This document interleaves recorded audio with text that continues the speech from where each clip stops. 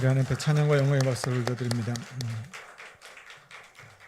세계적인 건축가인 안도 다다오에게 이 주택가에 있는 한 50평 되는 아주 규모가 작은 교회에서 교회 재건축을 의뢰하였습니다. 이 당시에 일본은 이제 건축비가 아주 급등하고 있었고, 그런데 교회 성도들은 이제 재정적으로 여의치가 않았습니다. 그래서 성도들이 제시하는 이 금액은 터무니없이 너무 낮았습니다. 그래서 이거 건축을 한다고 해도 별다른 이익이 남지 않는 그런 사업이었습니다. 그런데 그는 이 조건이 열악함에도 불구하고 이 성도들이 아주 강한 열망을 가지고 작은 교회를 이제 짓고 싶어하는 것을 보면서 이 교회를 짓기로 하는 어떤 그런 이제 꿈을 갖게 됩니다. 그런데 그가 생각했던 것이 무엇이냐면, 어떻게 하면 이것밖에 없다고 생각할 만큼 그런 신성한 공간을 만들 수 있을까 하는 것입니다. 그러니까 이것보다 이 공간 안에서 더 좋게 만들 수 없다 싶을 만큼 아주 최고의 이런 공간을 만들고 싶은 그런 마음이 있었습니다. 그래서 이 생각을 1년 동안 설계를 했다고 합니다. 그리고 이제 교회를 지었습니다. 실내에 들어오는 모든 이 빛은 의도적으로 이제 억제를 하고 어두운 공간 안에 정면 벽에 십자가형으로 이제 창을 뚫었습니다. 그리고 빛의 십자가가 부각되도록 이렇게 건물을 지었습니다. 이 건축부 때문에 이 자재를 철저하게 절약한 것도 있지만, 이 건축가가 뭔가 좀 자기가 생각하는 게 있었어요. 그게 무엇이었냐면, 아주 극단적인 어떤 이런 절제를 한번 여기서 표현하고 싶었다고 합니다. 그래서 마치 이 수도사들이 이 돌을 쌓아서 올리는 이 동굴 같은 예배당을 만들고 싶었습니다. 그러면서 이 콘크리트 건물로 되어 있는데, 이 콘크리트 박스를 어떻게 하면 엄숙하고 아름다운 그런 공간이 되게 할까를 계속해서 고민했던 것이죠. 그가 이 교회를 지었는데, 유리도 없이 열린 이 작은 틈을 통해서 강렬한 빛이 직선으로 들어옵니다. 그렇게 해서 그런 생각으로 해서 만들어진 교회가 폭과 높이가 모두 6m, 그리고 깊이가 18m인 빛의 교회였습니다. 사진을 한 번만 보여주실 수 있나요? 네, 이 교회가 빛의 교회입니다. 경기도 가평에 가면 지금은 또 구할 수도 없는 이 러시아산, 이미지 사진이 됐습니다. 러시아산 이 홍송을 주재료로 해서 지어진 예배당이 있습니다. 일반적으로 이 통나무 집은 이제 나무를 이렇게 가로로 해서 짓습니다. 그런데 이 홍송은 부활을 상징하는 이 이미지를 담기 위해서 나무를 다 수직으로 세웠습니다. 이 기둥에 사용된 이 홍송이 193개, 그리고 천장에 매달린 이 홍송이 641개, 합해서 800개가 넘는 나무가 사용되었습니다. 이 나무의 나이들도 보니까 이 천장에 매달려 있던 이 홍송은 150년에서 한 200년 된 나무들이고요. 기둥으로 쓰였던 이 홍송은 1000년에서 1200년 된 나무들이라고 합니다. 그런데 이 교회를 짓는 일이 쉽지가 않았습니다. 이 예배당을 짓는 게 어려웠던 이유가 무엇이냐면, 이 천장 구조물 자체에 무게가 있고, 그리고 이 91톤이나 되는 이 목재를 버티려고 하니까 이게 엄청난 규모의 일이었습니다. 정말 튼튼한 구조물을 만들어야 하는데 이게 쉬운 일이 아니었습니다. 그런데 이 예배당에는 이런 건축과 관련된 이야기 말고 3가지 특별한 기도의 이야기가 있습니다. 하나는 어머니의 기도입니다. 12살에 집을 나간 아들을 위해 어머니가 평생 기도하셨다고 합니다. 그때 집을 나간 아들은 이제 소식이 끊겼고 여기저기 전전해서 지내다가 이제 러시아로 가게 되었는데, 거기에서 이제 사업을 하면서 이제 성공하게 되었습니다.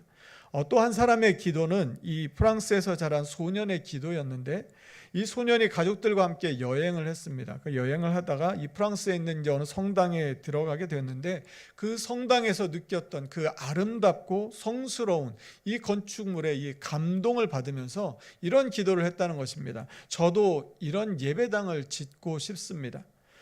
또 한 사람은 누구였냐면 이 해외 파송된 선교사님들이 국내로 은퇴하시고 국내에 들어오시게 되면 국내에 마땅히 거처할 곳이 없으신 경우가 많습니다. 그래서 그 사정을 알고 이 안타까운 사정, 이걸 어떻게 좀 해결해 드릴까 해서 그분들이 국내에 잘 정착할 수 있도록 돕기 위해 기도하셨던 목사님이셨습니다.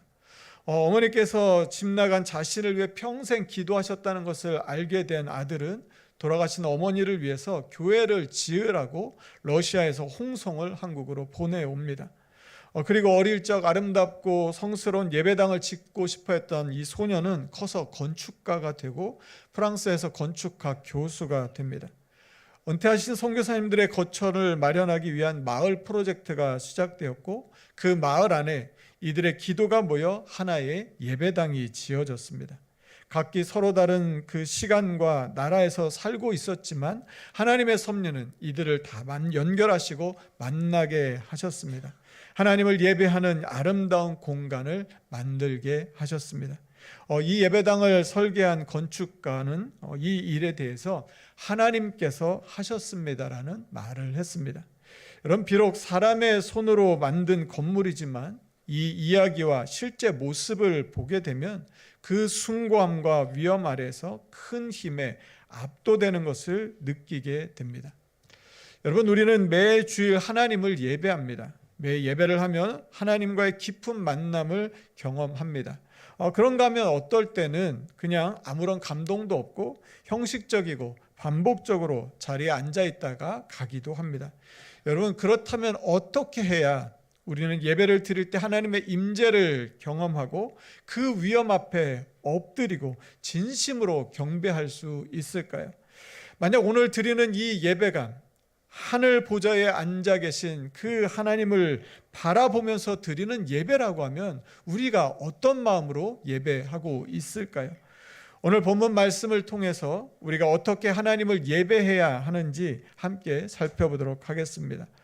오늘 본문이 있는 이 5장과 그 앞에 나오는 4장은 사도 요한이 본 이 하늘에서의 예배 모습을 담고 있습니다. 요한계시록 2장과 3장에는 7교회에 보낸 말씀이 나옵니다. 그리고 4장에 들어와서 요한은 하늘 보좌의 환상을 보게 됩니다. 하늘에 열린 문이 있는데 나팔 소리 같은 음성이 들려옵니다. 이 열린 문이라고 하는 것은 이전에 감추어져 있던 곳에서 이제는 하나님의 임재와 계획 속으로 들어간다는 그런 상징적인 의미를 가지고 있습니다. 이리로 올라오라, 이후에 마땅히 일어날 일들 내가 내게 보이리라. 이렇게 계시록 4장 1절이 시작합니다. 이 성령에 감동된 요한이 보니까 하늘에 보좌가 있습니다. 그리고 그 보좌에 앉으신 이가 계셨습니다. 당시 초대교회 성도들은 이 로마 황제를 숭배하라는 압력과 이를 거부하였을 때 받게 되는 이 박해로 인해 고난을 당하고 때로는 순교를 하기까지 했습니다. 도미티아누스 황제는 자신을 신으로 인정하라고 요구했습니다. 이런 고난과 박해 가운데서 어떻게 살아야 할지 믿음의 시련을 겪고 있던 그들에게 세상의 왕이 아닌 하늘 보좌에 앉으신 이가 만왕의 왕이시고 참 신이심을 보여주시면서 믿음을 더욱 굳게 붙들고 살아가라고 격려하고 위로하라고 그리고 소망을 주시는 말씀이 요한계시록의 말씀입니다. 보석같이 찬란한 광채가 나며 밝고 눈부시게 빛난 분이 보좌에 앉아 계셨고 그 둘레에도 보석들이 영롱한 빛을 발하고 있었습니다. 그 보좌 둘레에 있는 24개의 보좌에는 24 장로들이 흰옷을 입고 머리에 금관을 쓰고 앉아 있었습니다. 여기 나오는 24 보좌는 이 구약의 12지파와 신약의 12제자를 상징하는 것으로 구약과 신약 시대의 모든 하나님의 백성을 나타내는 것으로 보고 있습니다. 보좌로부터 번개와 음성과 우레소리가 울려 퍼집니다. 이것은 하나님의 영광스러운 임재를 상징하는 것이죠. 그리고 보좌 주위에는 6날개를 가진 4생물들이 밤낮 쉬지 않고 거룩하다 거룩하다 거룩하다 주 하나님 곧 전능하신 이여 전에도 계셨고 이제도 계시고 장차 오실이라고 외치면서 영광과 존귀와 감사를 돌립니다. 자, 그러자 24 장로들이 보좌에 앉으신 이에게 엎드려 경배하며 자기의 관을 벗어서 보좌 앞에 드리고 이렇게 찬양합니다. 요한계시록 4장 11절 말씀인데요, 우리가 이 말씀 같이 한번 읽어보도록 하겠습니다. 요한계시록 4장 11절 말씀입니다. 같이 읽습니다. 시작. 우리 주 하나님이여, 영광과 존귀와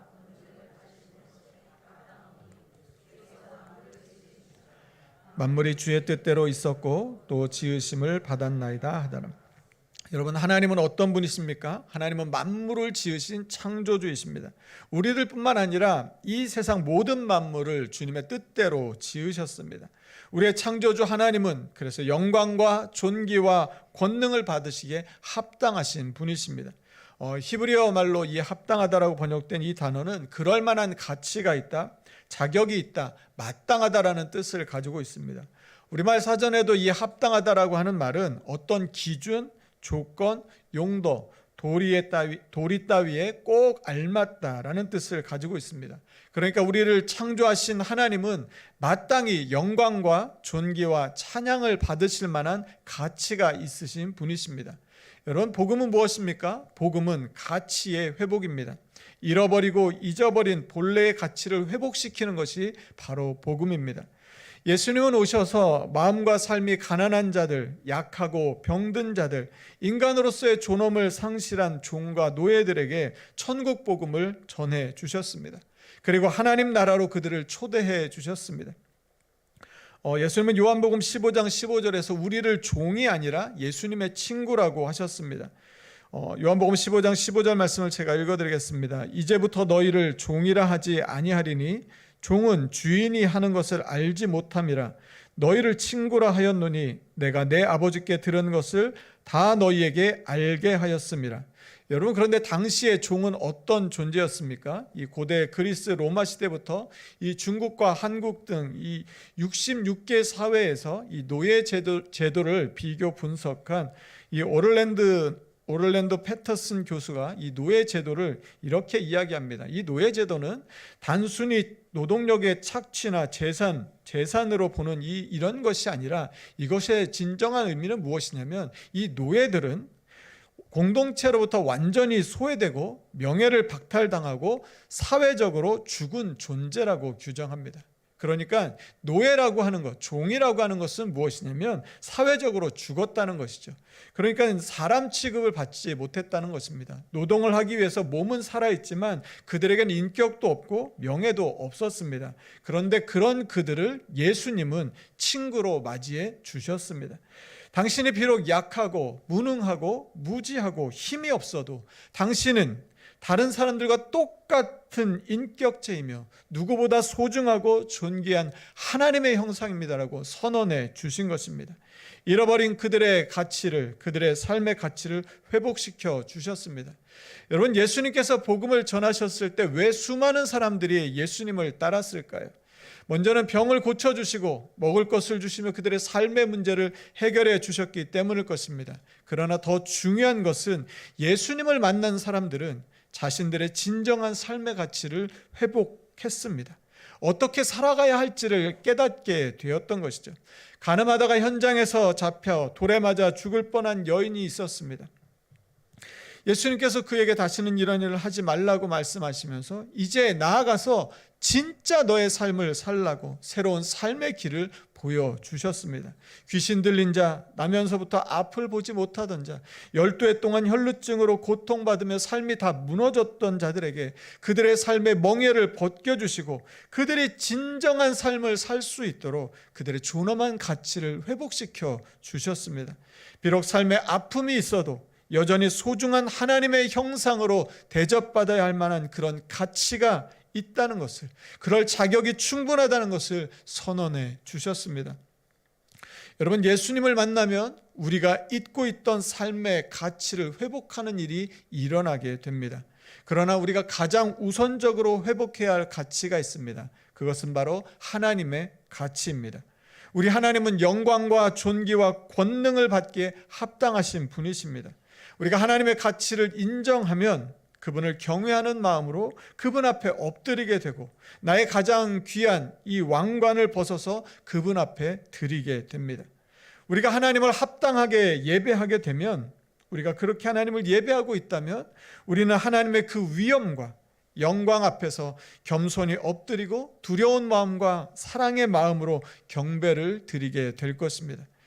요한은 이 보좌 위에 앉으신 이의 오른손에 안팎으로 써있는 두루마리를 보았습니다. 그런데 그 두루마리에는 7인으로 봉인이 되어 있었습니다. 하늘 위에나 땅 위에나 땅 아래에 능히 그 두루마리를 펴거나 보거나 할 자가 아무도 없었습니다. 자, 그래서 이렇게 되자 요한은 크게 울음을 터뜨립니다. 그때 장로 중에 한 사람이 이렇게 말합니다. 요한계시록 5장 5절인데요. 우리가 이 말씀도 한 번 더 같이 읽어보도록 하겠습니다. 같이 읽습니다. 시작. 장로 중에 한 사람이 내게 말하되 그 날과 그 7인을 떼시리라. 유다 지파의 사자 다윗의 뿌리가 이겼으니 승리자가 등장했습니다. 그 두루마리와 그 7인을 떼실 수 있는 자격이 충분하신 분이 나타났습니다. 그런데 이 승리자는 일반적으로 우리가 생각하는 강한 승리자의 모습은 아니었습니다. 본문 6절 말씀인데요. 우리가 6절 말씀도 한 번 더 같이 읽어보도록 하겠습니다. 같이 읽습니다. 시작. 내가 또 보니 보좌에 네 생물과 장로들 사이에 한 어린 양이 서 있는데 일찍이 죽임을 당한 것 같더라. 그에게 7뿔과 7눈이 있으니 이 눈들은 온 땅에 보내심을 받은 하나님의 7영이더라. 이 승리는 군사적인 물리적인 힘의 승리가 아니었습니다.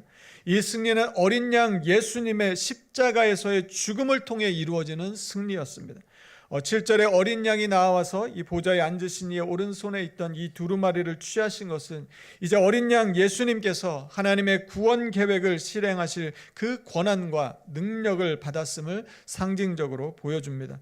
자, 그러자 보좌에 앉으신 이 앞에 엎드렸던 24 장로들과 네 생물들이 어린 양 앞에 성도들의 기도가 가득한 금 대접을 가지고 엎드려서 새 노래를 부릅니다. 그때 불렀던 노래가 이것입니다. 오늘 본문 9절과 10절인데요. 우리가 2절 말씀도 이어서 같이 한번 읽어보도록 하겠습니다. 9절과 10절입니다. 같이 읽습니다. 시작. 그들이 새 노래를 불러 이르되 두루마리를 가지고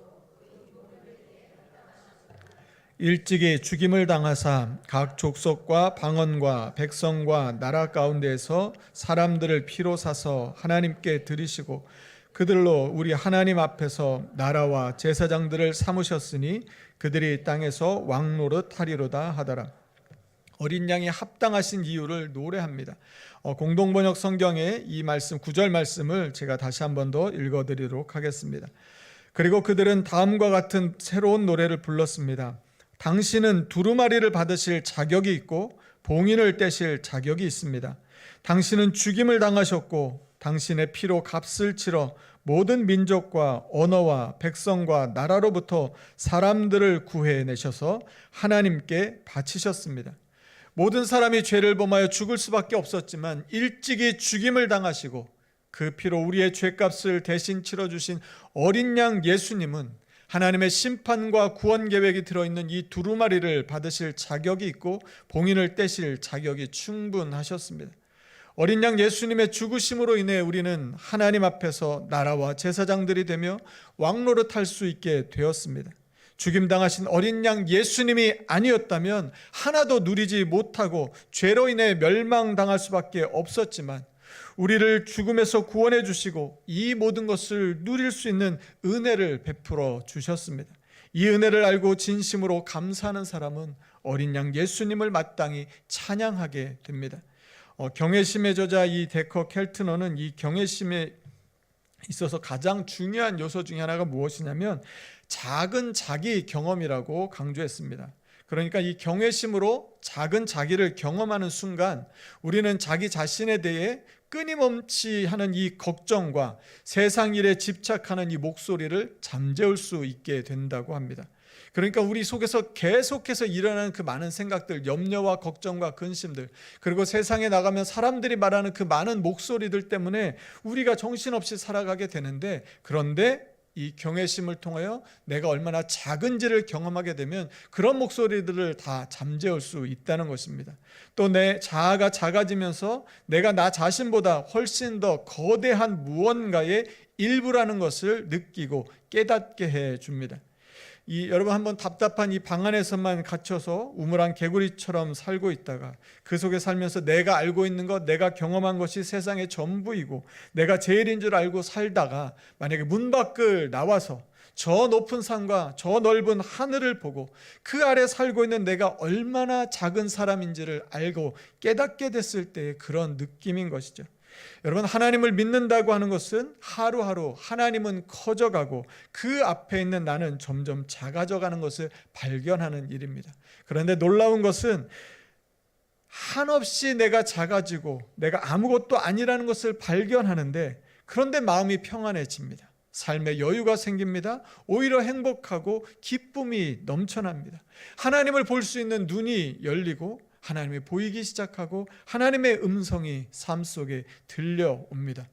요한이 지금 말씀에서 보니 이 보좌와 생물들과 장로들을 둘러선 많은 천사들의 음성이 들려옵니다. 그 수가 만만이요 천천이나 됩니다. 여러분, 그 많은 수가 동시에 할렐루야라고 외치기만 해도 아마 천지가 진동할 것입니다. 그들이 이렇게 외칩니다. 본문 12절 말씀입니다. 우리가 12절 말씀도 한 번 더 같이 읽어보도록 하겠습니다. 같이 읽습니다. 시작. 큰 음성으로 이르되 죽임을 당하신 어린 양은 능력과 부와 합당한 큰 음성으로 이르되 죽임을 당하신 어린 양은 능력과 부와 지혜와 힘과 존귀와 영광과 찬송을 받으시기에 합당하도다. 죽임을 당하신 어린 양은 능력과 부와 지혜와 힘과 존귀와 영광과 찬송을 받으시기에 합당하도다. 여러분, 이것이 하늘의 예배입니다. 나를 위해 죽임을 당하신 어린 양 예수님의 그 크신 사랑을 깨닫고 그분이 마땅히 받으셔야 할 존귀와 영광과 찬송을 드리는 예배입니다. 하나님이 받으실 만한 합당한 예배를 드리는 것에서부터 하나님의 가치는 회복되기 시작할 것입니다. 말라기서 말씀을 보면 이 하나님의 은혜로 포로로 잡혀갔다가 돌아온 이 유다 백성들과 제사장들이 오히려 하나님을 멸시하는 내용이 나옵니다. 하나님께 제사를 드릴 때 거룩한 떡이 아니라 더러운 떡을 드리고도 그들은 이렇게 말하는 것이죠. 우리가 제단을 더럽혔다고요? 아니, 당치도 않는 말씀입니다. 그러면서 속으로 이렇게 생각합니다. 여호와의 제사상쯤이야 아무러면 어떻겠어, 이렇게 생각하면서 제사를 드리는 것이죠. 자, 그러자 하나님께서 이렇게 말씀합니다. 말라기 1장 8절 말씀입니다. 우리가 이 말씀도 한 번 더 같이 읽어보도록 하겠습니다. 같이 읽습니다. 시작. 만군의 여호와가 이르노라 너희가 눈먼 희생 제물을 바치는 것이 어찌 악하지 아니하냐. 이제 그것을 너희 총독에게 드려보라. 그가 너희를 기뻐하게 너희를 받아주겠느냐. 사람들에게 해서도 안 되는 그 일을 지금 하면서 하나님 앞에 제대로 예배를 드리지 않는 이 제사를 하나님은 뭐라고 말씀하시냐면 이것은 악하다고 말씀하십니다. 그러니까 하나님이 받으시기에 합당하지 않다는 말씀인 것이죠. 하나님이 받으실 만한 예배가 아닌 그런 것들, 그것을 하나님은 악하다고 오늘 성경에서 말씀하고 있습니다. 역대하 16장 29절에서 하나님 이렇게 말씀하십니다. 여호와의 이름에 합당한 영광을 그에게 돌릴지어다. 제물을 들고 그 앞에 들어갈지어다. 아름답고 거룩한 것으로 여호와께 경배할지어다. 하나님께는 하나님이 받으실 만한 합당한 영광을 돌려야 합니다. 여러분, 그렇다면 오늘 우리 예배는 하나님이 받으실 만한 합당한 예배입니까? 하나님께 영광과 존귀와 감사와 찬양을 드리는 진심의 예배입니까? 제주도에 가면 이 곶자왈이라고 하는 곳이 있다고 합니다. 이 곶자왈은 이 숲을 뜻하는 이 제주 사투리 곶과 어수선하게 엉클어져 있는 숲을 일컫는 자왈이 합쳐진 말입니다. 자, 그런데 이곳이 있는 곳이 어디냐면 이 용암이 휩쓸고 지나간 자리에 키나무와 덩쿨나무, 가시를 단 나무들이 뒤엉켜서 숲을 이루고 있는 것을 말합니다. 그런데 어떻게 용암이 지나간 그 척박한 바위덩이 틈에 이런 천연의 숲이 만들어질 수 있었을까요? 바람도 많이 불고 사람들 때문에 훼손됐을 법도 한데 어떻게 나무들이 그렇게 크고 우람하게 자랄 수 있었을까요? 그 이유를 찾았는데 그 이유가 가시나무들 때문이라고 합니다. 가시덤불이 이 숲 주변부에서 따가운 햇살과 거친 바람을 온몸으로 막아내고 있기에 이 제주도의 이 돌밭 위에 풍성한 숲이 형성될 수 있었습니다. 사실 이 곶자왈이라고 하는 이곳은 이 화산이 폭발하고 이 화산이 흘러내린 이 용암의 땅입니다. 그래서 불모지나 마찬가지인 것입니다. 어떤 생명도 잉태할 수 없을 만큼 척박한 바위 땅에 가장 먼저 뿌리를 내린 것이 바로 이 작은 풀들과 가시를 단 나무들이었습니다.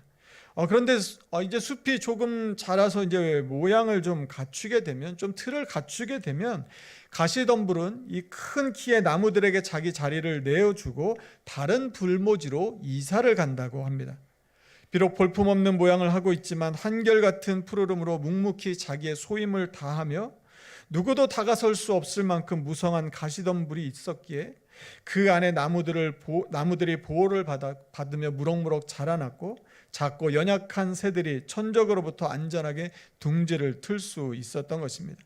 아무도 뿌리 내리지 않으려 하는 그 척박한 땅에 용기 있게 먼저 가서 자리를 잡고 다른 생명들이 올 때까지 씩씩하게 숲을 지켜내다가 어느 순간 자신의 자리마저 다 내어주고 조용히 떠나가는 가시나무들. 그들은 그 어떤 삶에도 저마다 살아갈 이유와 가치가 깃들어 있다는 진리를 온몸으로 보여줍니다. 책에서 이 우종영 씨는 이렇게 이어서 말을 합니다.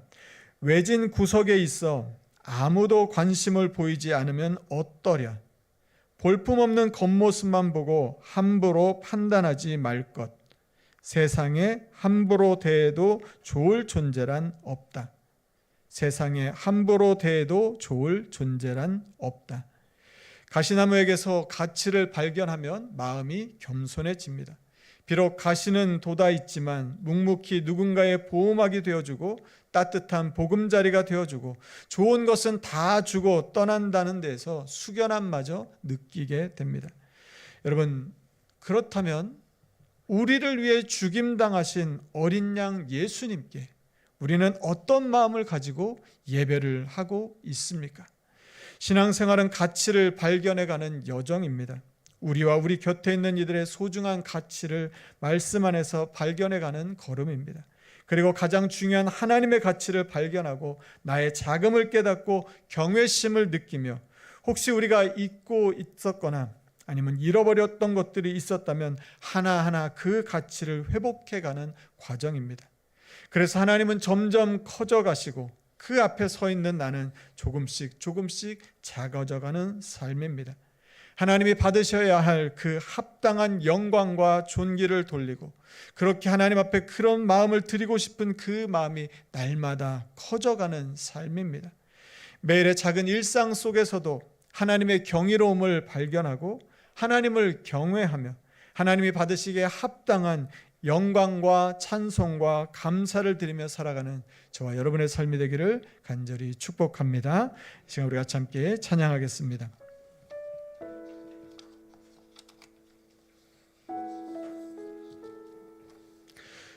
주의 아름다움은 말로 다 형언할 수 없고 주님의 그 놀라우심은 다 표현할 수가 없네. 누가 그 지혜를 깨닫고 누가 깊은 사랑 측량할까? 보좌에 앉으신 주의 위엄 아름다우신 주님, 내가 주를 경외함으로 주님 앞에 홀로 섭니다. 내가 주를 경외함으로 주님 앞에 홀로 섭니다. 찬양 받으시기 합당한 거룩하신 주님, 찬양 받으시기 합당한 거룩하신 주님, 우리를 구원해 주시고 우리를 위하여 십자가에 죽어주신 어린 양 예수 그리스도, 그 이름에 합당한 영광과 찬송을 드리는 마음으로 우리 다 함께 자리에서 일어나셔서 우리의 결단의 찬양으로 찬양하며 나아가겠습니다. 주의 아름다움은 말로 다 영원할 수 없고 주님의 그 놀라우심은 다 표현할 수가 없네.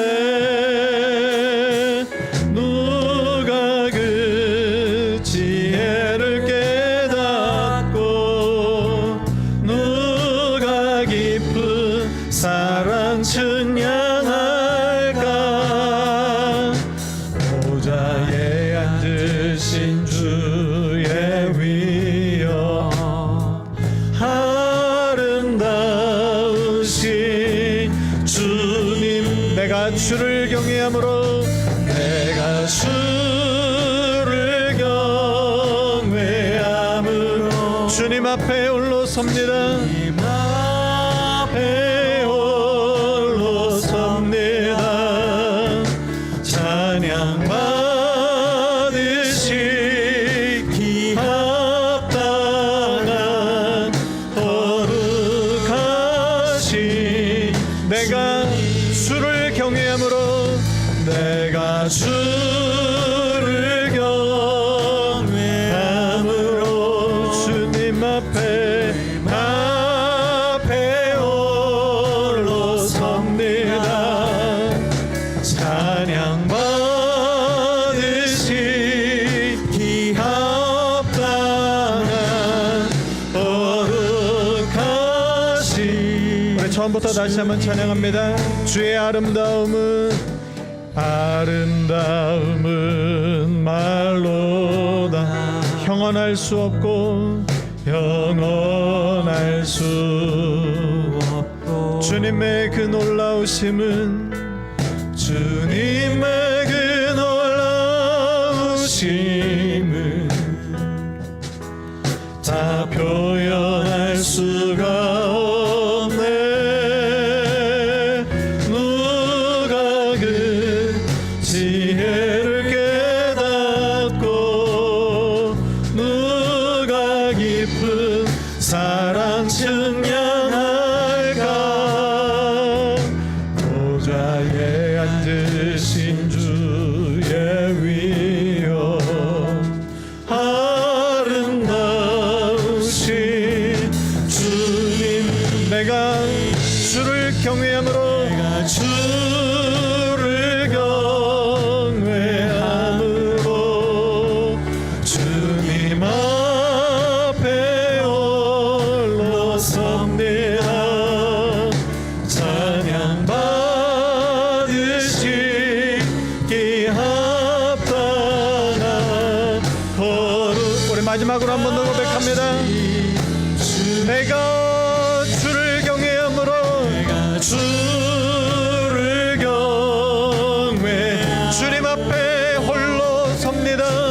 앞에 홀로 찬양 받으시기 합당하신 주님, 받으시기 합당한 거룩하신 주님. 이 시간 우리 같이 함께 기도하겠습니다.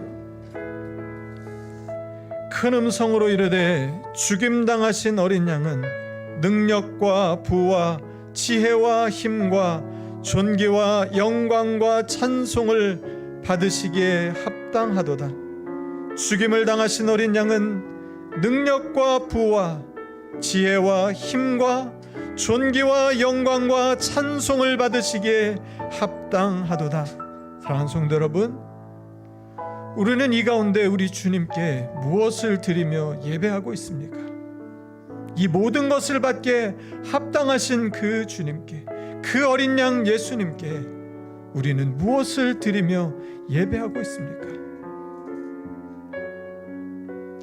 여러분, 예배 가운데 이곳에 임하신 보좌에 앉으신 그 주님을 바라보며 그분의 임재 앞에 그 빛나는 그 보석들의 찬란한 빛이 있는 그 보좌 앞에 우리가 주님을 예배하고 있다면 우리의 마음은 어떻게 되겠습니까? 우리의 일상 가운데 주님이 함께 하시는 것을 느끼며 그 경이로우신 주님, 그 삶 속의 그 작은 일상 속에서 만나게 되는 하나님의 그 놀라운 은혜들을 우리가 하나님 앞에 고백하고 찬양하고 영광을 돌려드린다면, 그래서 하나님이 얼마나 크신 분인지를 고백하고 나는 그 하나님 앞에 얼마나 작은 자임을 하나님 앞에 말할 수 있다면, 그러면 이제 우리는 어쩌면 이 세상 속에 나아가서 세상이 커 보였던 우리의 눈앞에, 세상이 너무나 두려웠던 우리의 눈앞에 이제는 세상이 작아지고 하나님이 크신 것을 알고 세상 속에 담대히 나아가 믿음으로 살아갈 수 있는 저와 여러분의 삶이 될 줄로 믿습니다. 하나님, 이 한 주간 그 크신 주님과 동행하는 삶을 살게 하여 주시옵소서.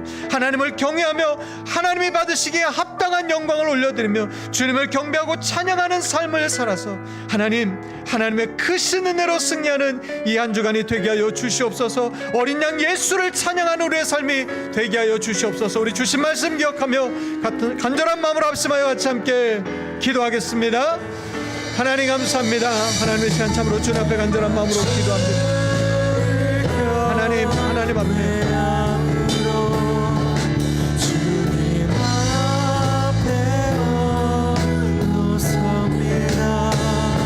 하나님, 참으로 하나님 우리 가운데 영광과 존귀와 찬양을 받으실 하나님 앞에 온전한 예배를 드리는 우리의 삶이 되게 하여 주시옵소서.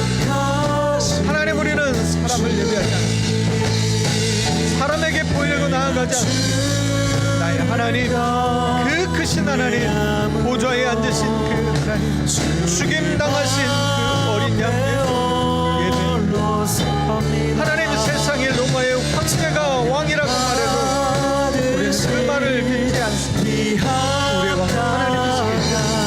하나님, 오늘 우리의 삶 가운데 그 하나님으로 가득 채워 있는 삶을 살게 하여 주시옵소서. 하나님, 우리의 삶 가운데 점점 커져가는 은혜를 누리게 하여 주시옵소서. 매일매일 하나님이 커져가는 그 하나님의 임재 앞에 내가 얼마나 작은 자인지를 깨닫고 겸손히 엎드려 하나님을 예배하는 삶을 살게 하여 주시옵소서. 하나님, 그래서 하나님이 커지면 커질수록 세상은 우리보다 더 작아져서 세상을 두려워하지 않고 담대히 나아가 하나님 믿음으로 살아가는 우리의 삶이 되게 하여 주시옵소서. 하나님의 은혜로 하나님 인도하여 주시옵소서. 이 한 주간의 삶도 하나님 붙들어 주시옵소서. 성령 하나님이 동행하여 주시옵소서. 하나님 앞에 나아가는 하나님의 그 경이로움과 하나님의 그 놀라운 은혜를 경험하며 날마다 삶 속에서 발견하고 깨닫게 되는 그 하나님의 은혜를 하나님을 찬양하고 예배하는 우리의 삶이 되게 하여 주시옵소서. 하나님 아버지, 참으로 주님만을 온전히 높여드리고 예배하는 우리의 삶이 되게 하여 주시옵소서.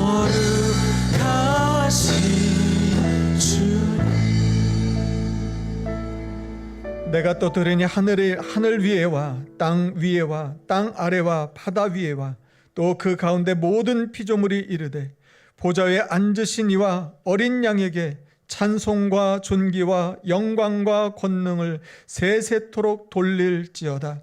하나님, 이 한 주간 우리가 살아가면서 오늘 우리가 하나님 앞에 예배하면서 우리는 하나님 앞에 무엇을 돌려드리는지, 무엇을 하나님께 드리고 있는지 우리의 삶을 돌아봅니다. 하나님 받으시기에 합당한 하나님 그 영광과 찬송과 경배를 드리는 우리의 삶이 되게 하여 주시옵소서. 이 한 주간 살아가는 삶 속에서 매일매일의 삶 속에 하나님을 발견하는 은혜를 허락하여 주시옵소서. 하나님의 그 놀라우심을 만나게 하여 주시고 일상 속에서 그 크신 하나님을 발견하게 하여 주셔서 하나님은 점점점 커져가시고 그 앞에 있는 나는 점점점 작아져서 하나님 앞에 겸손히 엎드려 주님을 경외하는 그런 삶을 살아가게 하여 주시옵소서. 하나님, 그래서 세상이 두렵지 않고 하나님의 세상 때문에 위축되지 않고 세상 일들로 염려하고 근심하지 않고 크신 하나님으로 인하여 세상 속에 담대히 나아가 하나님의 영광을 나타내는 우리의 삶이 되게 하여 주시옵소서. 이 한 주간 그렇게 살겠습니다. 하나님의 이름에 합당한, 하나님의 영광에 합당한 하나님 그 영광을 올려드리며 살아가는 이 한 주간 되게 하여 주셔서 하나님이 주시는 그 기쁨을 누리며 승리하는 우리 모두의 삶이 되게 하여 주시옵소서. 감사드리며 예수님 이름으로 기도드립니다. 아멘.